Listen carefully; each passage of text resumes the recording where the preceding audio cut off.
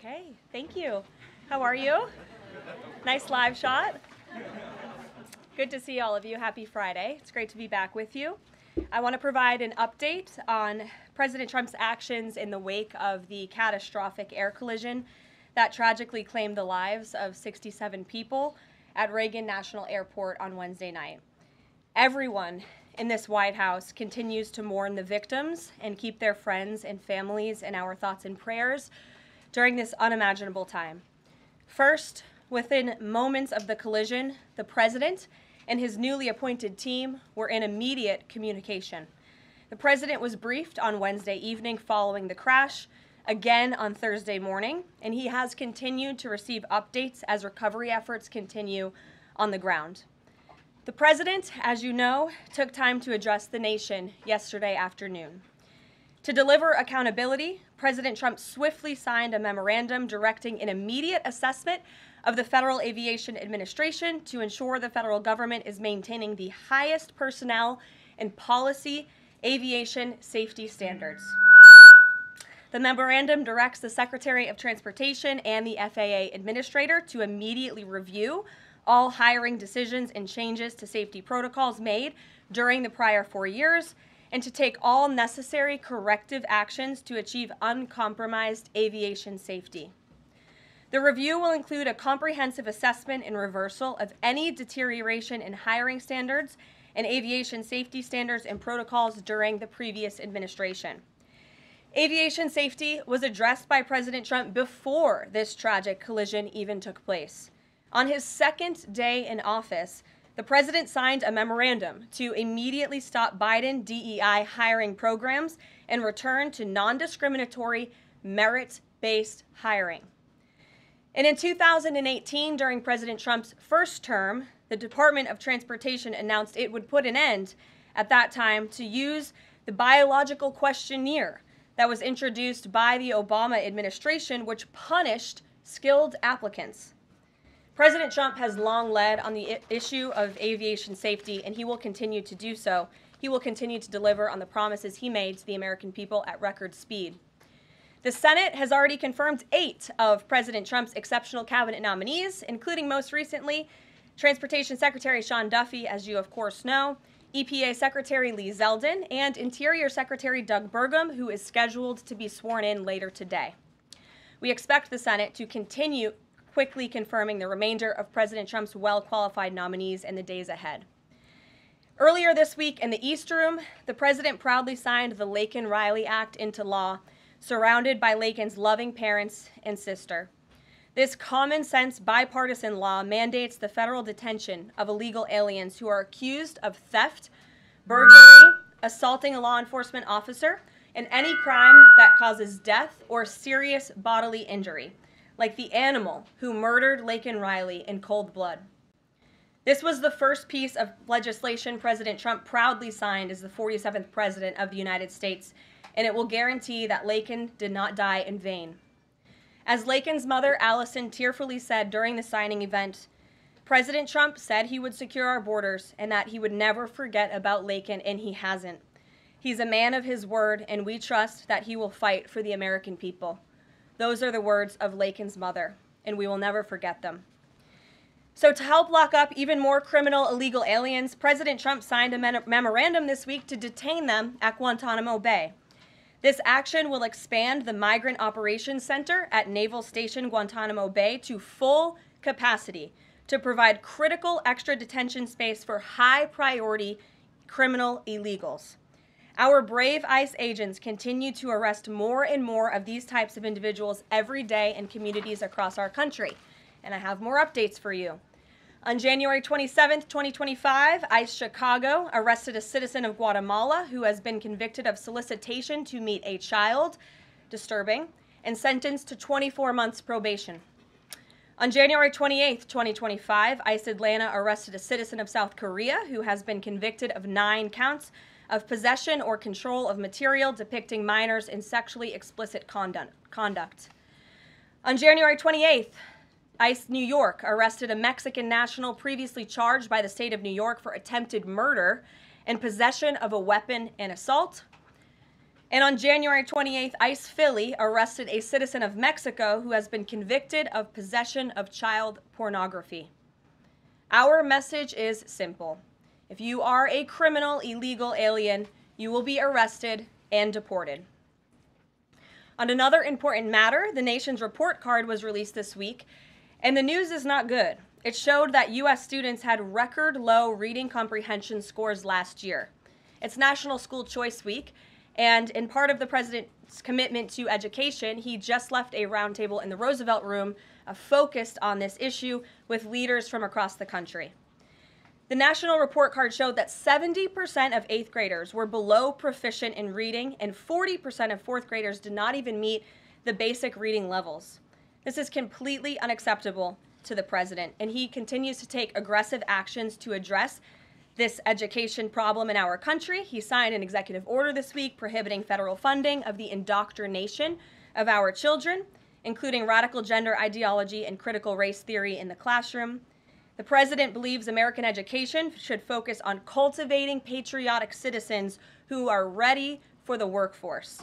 And this action will help get schools back on track and defend fundamental parental rights in education.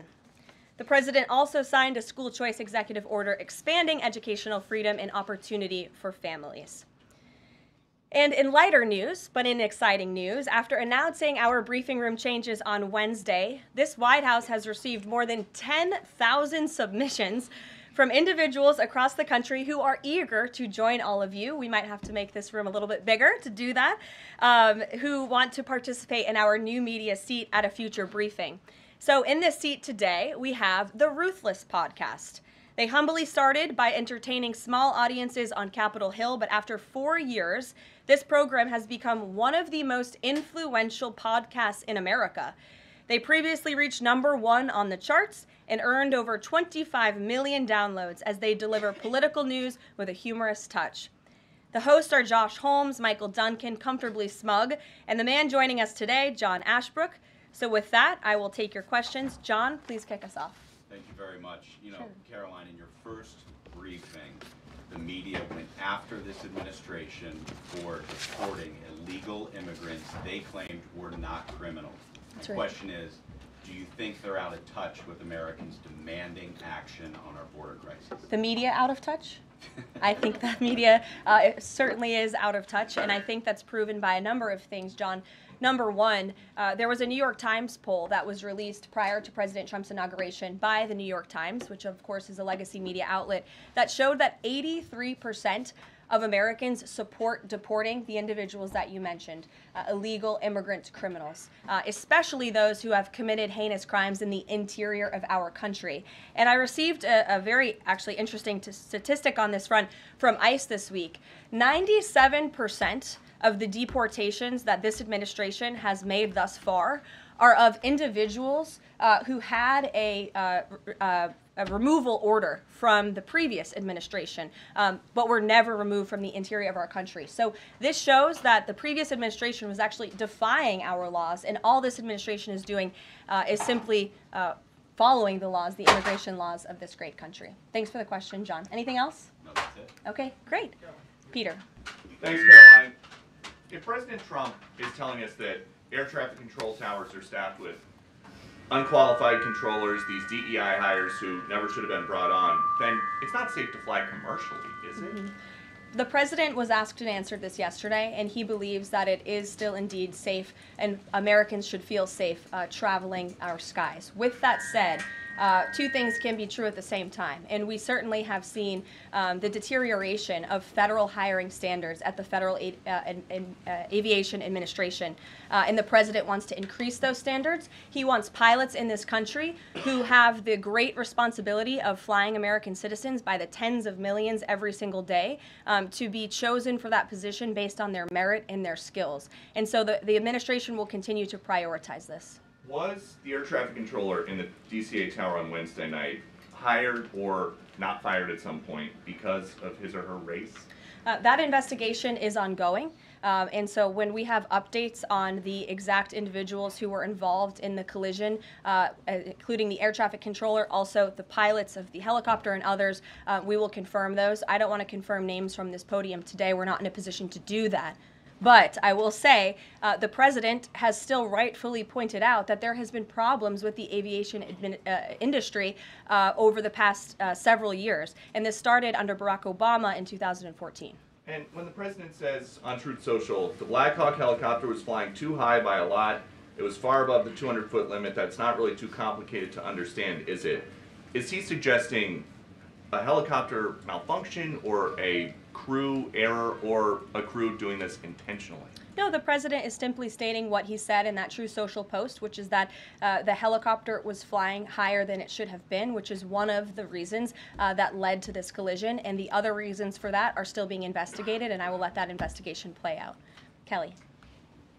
Some of our colleagues have obtained a memo from the Defense Intelligence Agency that talks about not holding any activities or programming related to Black History Month to be in line with the president's views on diversity, equity, and inclusion. Does the president plan to have a proclamation about Black History Month? In his first term, each of the 4 years of his term, he did so and called on those in government to have programming activities and celebrations. Is he going to do that this year? Yeah, the president looks forward to signing a proclamation celebrating Black History Month. I actually spoke with our great staff secretary. It's in the works of being approved, and it's going to be ready for the president's signature to signify the beginning of that tomorrow. If an agency is calling off those kinds of activities in an attempt to be in alignment with the president's views on DEI and other things, should they adjust that now and have those programs and make those celebrations however they see fit in the office? The president is leading here at the White House, and I'll leave it to the proclamation that he will sign very soon. Mary, great to see you. Thanks for having us. So I wanted to follow up on the gender executive orders that you mentioned. First of all, we know that President Trump has taken a bunch of steps to protect children from irreversible transgender procedures. Is he interested in backing congressional legislation on this point? And does the Trump administration have interest in investigating doctors who perform these irreversible procedures on kids, such as a double mastectomy on a minor girl? Well, the president has already taken a very strong stance on this issue this week with the signing of his executive order, a few executive orders in this space. First, he made it the official policy of the federal government that there are only two sexes, male and female, and we have directed all federal agencies to comply with that policy. As for congressional legislation to support the president's agenda in this space, and certainly ending the mutilation of young children, the chemical castration of young children, which is a barbaric practice that the vast majority of Americans do not support for young minor children. Certainly the president would support Congress's efforts, as he has already made that very clear this week. Jennifer. On Rick Grinnell's trip to Venezuela to meet with Nicolas Maduro, is there anything you can share on timing on that, what his agenda is, what the mission of that trip is? Yes, so I can confirm that Rick Grinnell is in Venezuela today. I can confirm that Rick Grinnell is going to Venezuela, or is in Venezuela, with two immediate directives from the President of the United States. Number one, Rick Grinnell has been instructed to identify a place and ensure that repatriation flights of Tren de Aragua members, Venezuelan nationals who have broken our nation's laws, will land in Venezuela. As I said at this podium a few days ago, we expect every nation on this planet to cooperate with the repatriation of our citizens, and so Rick Grinnell is in Venezuela to ensure that can continue. And number two, Rick Grinnell is in Venezuela to ensure that all U.S. detainees in Venezuela are returned home. That's his mission, and I will provide a readout after this trip. On Bob Menendez, can you tell us if anyone has approached the White House or the President about a pardon or a commutation? I have not been part of those discussions. If they have, I am not sure if they have, but I won't speculate on potential pardons that may or may not happen. To my awareness, the answer is no. Justin. Hey, friends at Reuters are reporting that the president has made a decision on the Canada and Mexico tariffs, but that they won't actually be implemented until March 1st. I was wondering if you could confirm that and talk through some of the president's thinking. I saw that report, and it is false. I was just with the president in the Oval Office, and I can confirm that tomorrow, the February 1st deadline that President Trump put into place at a statement several weeks ago, continues. The president will be implementing tomorrow a 25% tariffs on Mexico, 25% tariffs on Canada, and a 10% tariff on China for the illegal fentanyl that they have sourced and allowed to distribute into our country, which has killed tens of millions of Americans. These are promises made and promises kept by the president. The president yesterday said that last night he was planning to discuss whether an exemption would be made on oil imports. Do you have any information on what decision he made there, or will there be exemptions at all offered under this? I don't have an update or readout for you on the exemptions, but those tariffs will be for public consumption in about 24 hours tomorrow, so you can read them then. Karoline. Stephen Nelson. Thank you very much, Caroline. I have 3 questions, if that's all right. I'd like to ask you about press freedom and then about 2 economic matters. Sure. On press freedom, on Tuesday you announced plans to roll back the more restrictive press badge policy of the Biden White House. But there's a different anti-press freedom policy I wanted to ask about. The Biden White House adopted a mysterious pre-screening process for journalists allowed into large event spaces that in the pre-pandemic days of the first Trump term were open to all journalists on campus. This effectively limited the diversity of reporters present and blocked the asking of questions that large segments of the American public wanted answered. As press secretary, can you commit to abolishing this mysterious pre-screening process?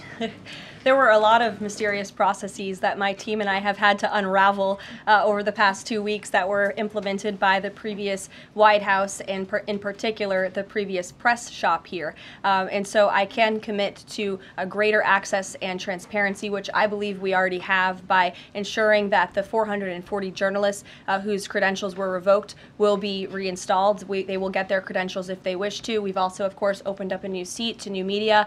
And as far as open press events here at the White House, if we tell you it's open press, it's open press. So just to confirm, this pre-screening thing is something you're aware of and you'll work to undo to the maximum extent possible. When we say something is open press, it will mean it's open press. Economic matters, and I can just ask them both at once for Sure. you. In New York City, Governor Hochul's congestion pricing went into effect this month. Vehicles that drive through parts of Manhattan have to pay a $9 toll.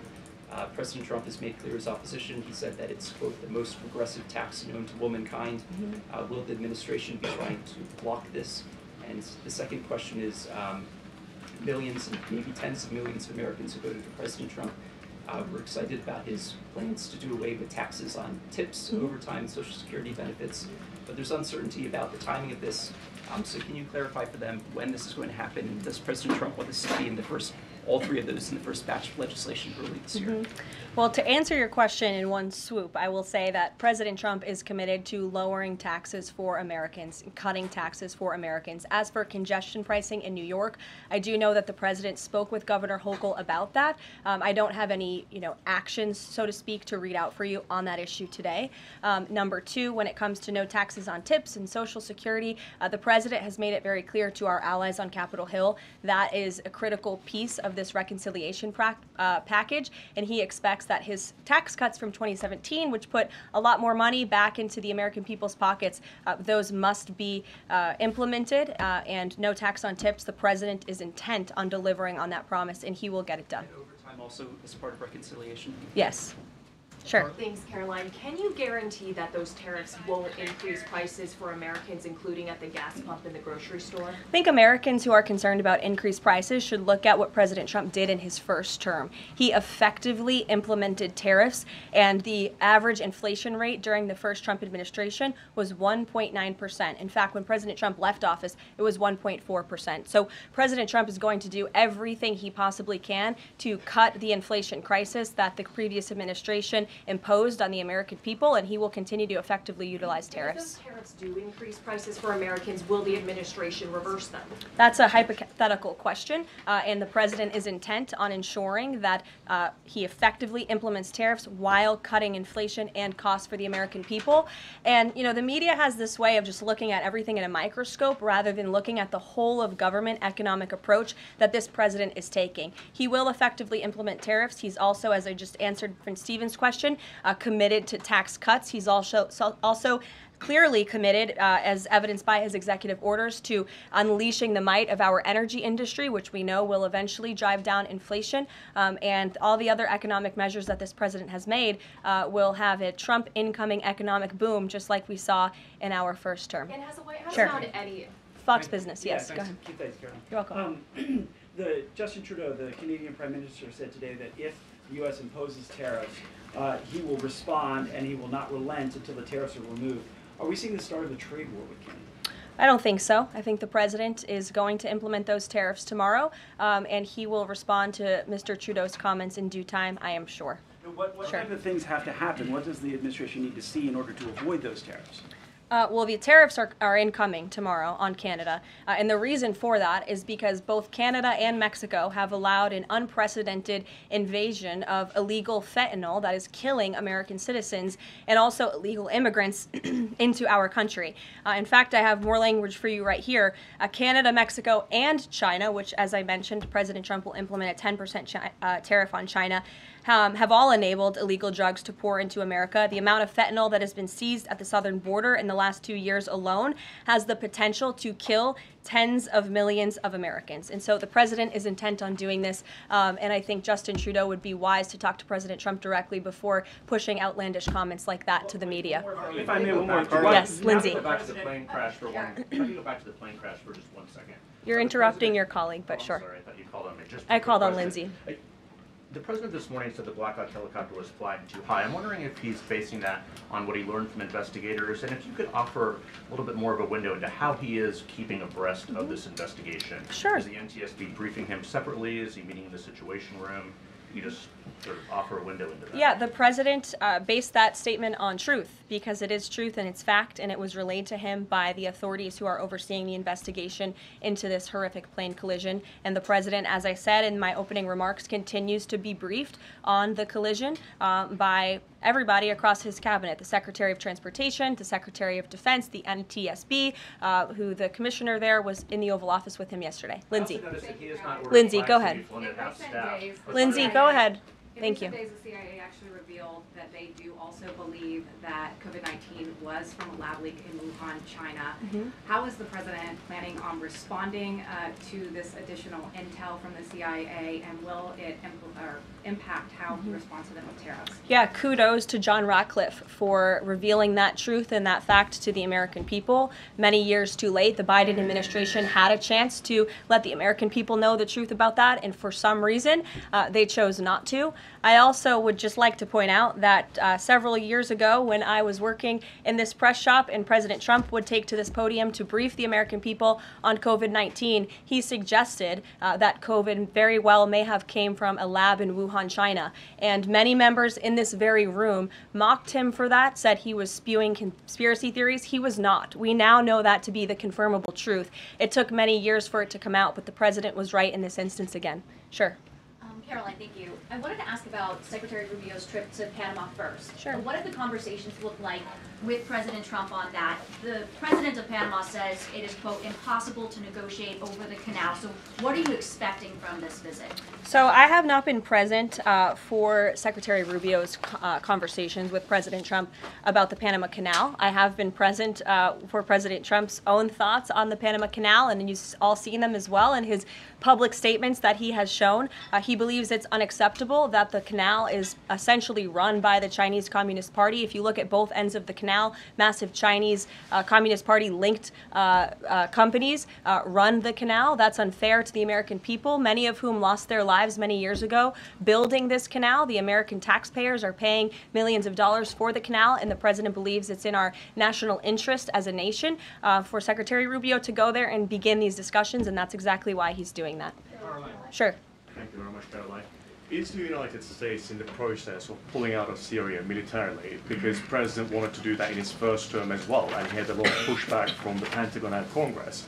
And based on what he said yesterday, is he considering doing that in a short time? The president was asked and answered this question yesterday, and he, as the commander-in-chief of the United States military, reserves the right to review troop deployments overseas at any point in time. Is that a topic right now? Yes.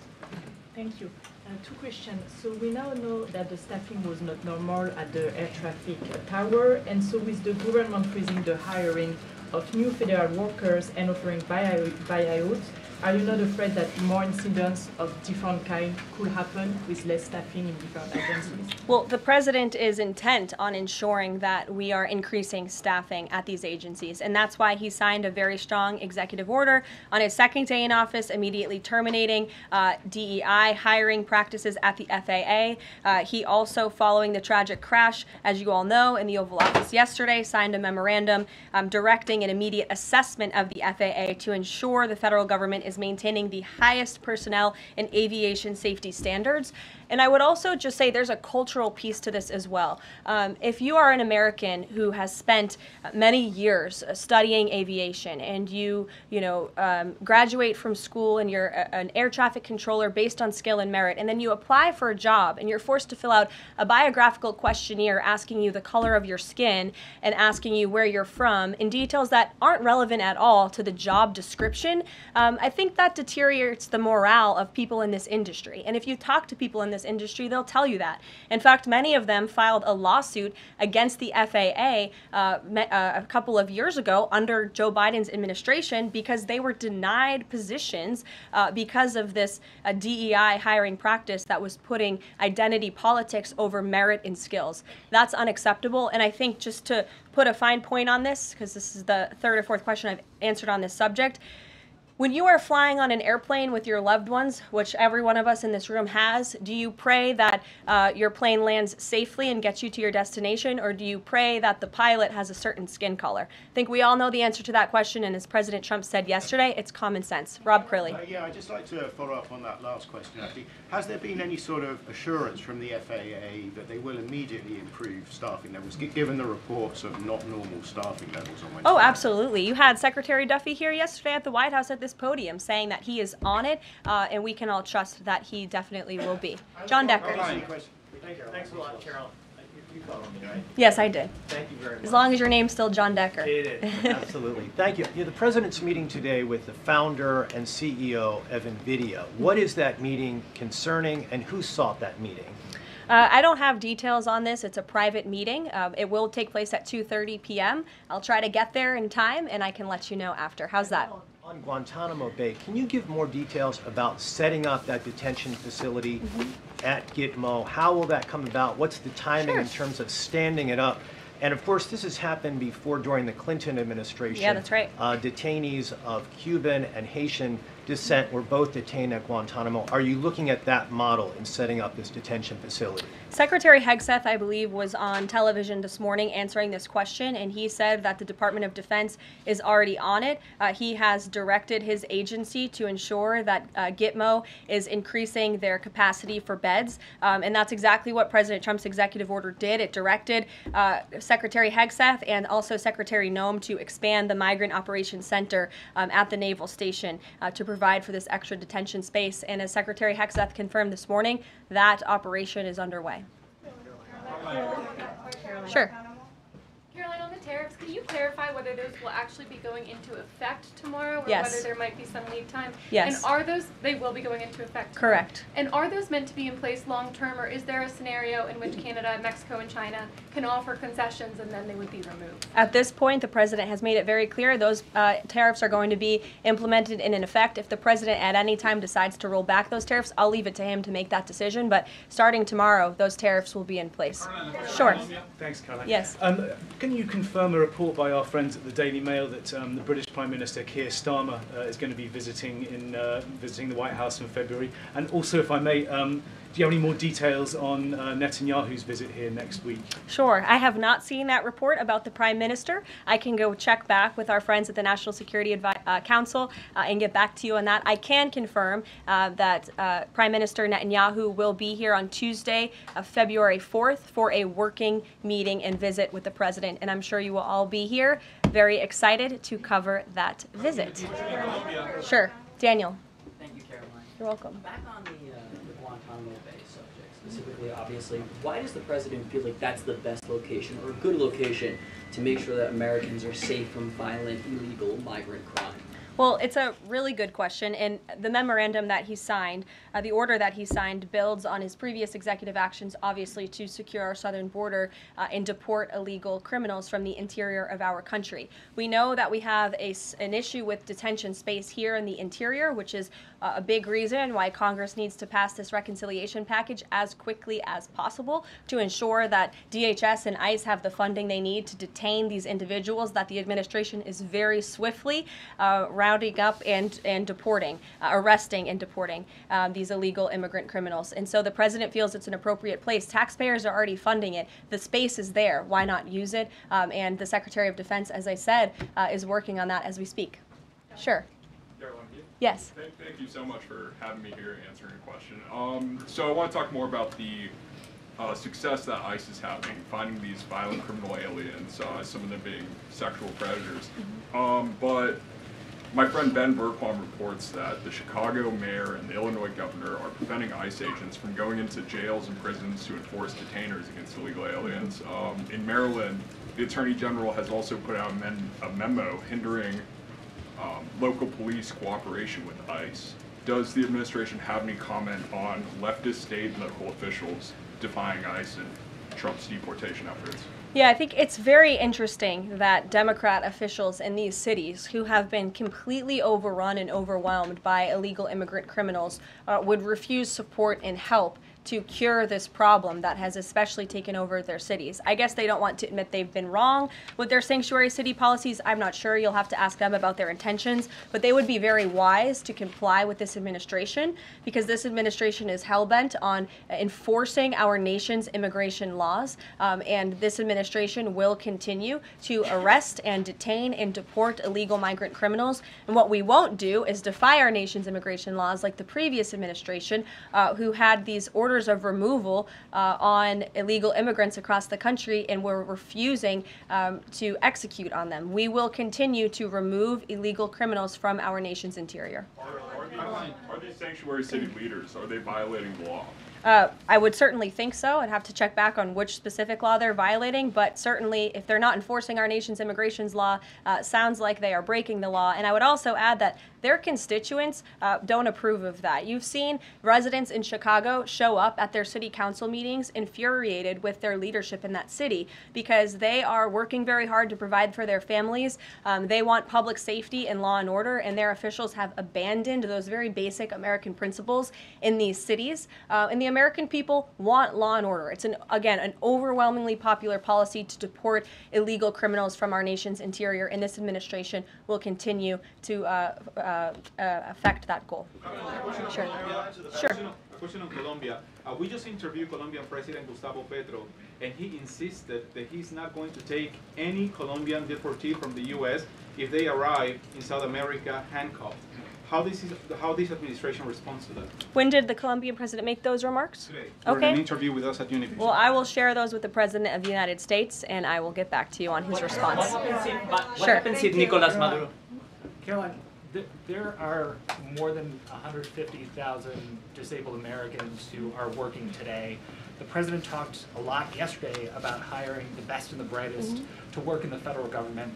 Safety aside, does he believe that disabled people do have a place to work in the federal government? And does he also support the current protections for disabled people working in the private sector as well? The president has made it very clear that this is a common sense solution to solving some of the problems that we have seen at the Federal Aviation Administration and also when it comes to many of the federal agencies across our government. People should not be hired based on their disabilities, based on their skin color, their gender, their race. None of that matters. What matters to this president and this administration is how well you can do your job, and the American people agree with that sentiment. So it's about competence, skill, and merit. And so the president is focused on ensuring that the most competent individuals, the best and the brightest in this country, are in positions in this federal government, especially when it comes to public safety. Can't overemphasize the importance of those jobs. Sure. Caroline. So just follow up on on her question before, President Trump is holding China accountable on fentanyl by ramping up tariffs. So how is President Trump planning to hold China accountable on COVID origins? I haven't spoken to the president about the COVID origins specifically in regards to any actions he may or may not take when it comes to China. But as I have previewed quite a few times today, he will be implementing a 10% tariff on China tomorrow. Sure. Hi. Has the president made up his mind about a timeline for tariffs on the EU? No, he has not. And will it be a one-size-fit-all, or will it be differentiated among governments? I won't get ahead of the president on tariffs when it comes to the European Union. What I can tell you, again, is that the president will be implementing 25% on Canada, 25% on Mexico, 10% on China tomorrow for the reasons that I have repeatedly laid out in this briefing. Newsmax, go ahead. Yes. Thank you so much. No, the gentleman behind you. James Rose. Yes, James. Okay, Thank you. Thank you, Caroline. Two quick questions on foreign policy, and then one very long and tedious and ponderous Rosen question thereafter. First, on Iran, we've heard very little about the president's forthcoming Iran policy besides his determination to prevent that nation from achieving a nuclear weapons capability.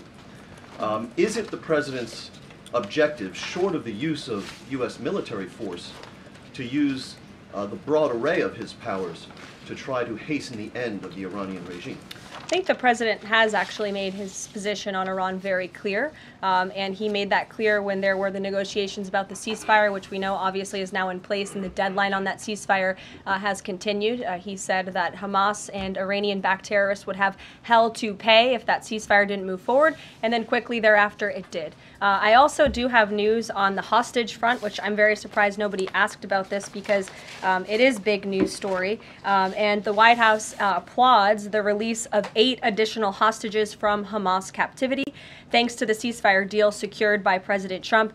3 Israeli and 5 Thai nationals are being reunited with their families and their loved ones after being held in unspeakable conditions for over 15 months. And the president remains committed to the release of all remaining hostages, and they should have never been taken by the brutal terrorist group Hamas in the first place. And I think President Trump's working meeting with the Israeli Prime Minister next week emphasizes his continued support for Israel and ensuring that brutal terrorists in that region have hell to pay. Sure. Can I just finish the other 2 questions? Sure. I know you want the long, ponderous Rosen. But first, on the Grinnell trip, as you know, under the previous administration, the U.S. recognized the opposition candidate in last year's elections, Edmundo Gonzalez, now exiled, as the legitimate president of Venezuela. Does the president's dispatching of Ambassador Grinnell to negotiate directly with President Maduro today mean that the U.S. now officially recognizes President Maduro as the legitimate president of Venezuela? Absolutely not. As I made it very clear, former ambassador and now special envoy Rick Grinnell is going to Venezuela with 2 very clear directives.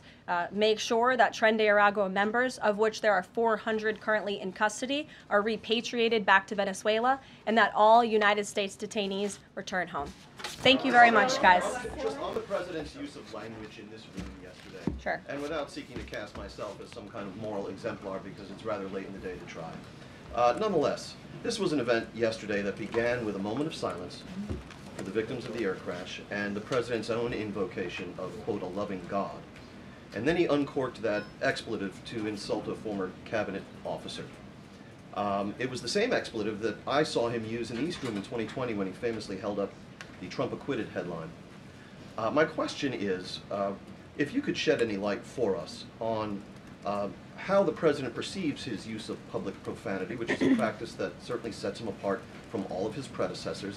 Does he regard it as an effective communications device, part of his appeal, or is it something that he lapses into inadvertently, perhaps in times of frustration and later regrets? I think one of the things that the American people love most about this president is that he often says what they are thinking, but sometimes lack the courage to say themselves. And I think yesterday at this podium, you heard President Trump express great frustration, perhaps even anger, with the previous administration's policies, many of which have led to the crises that our country is currently facing and that this president is focused on fixing. Thank you guys very much. Have a great weekend. We'll see you next week.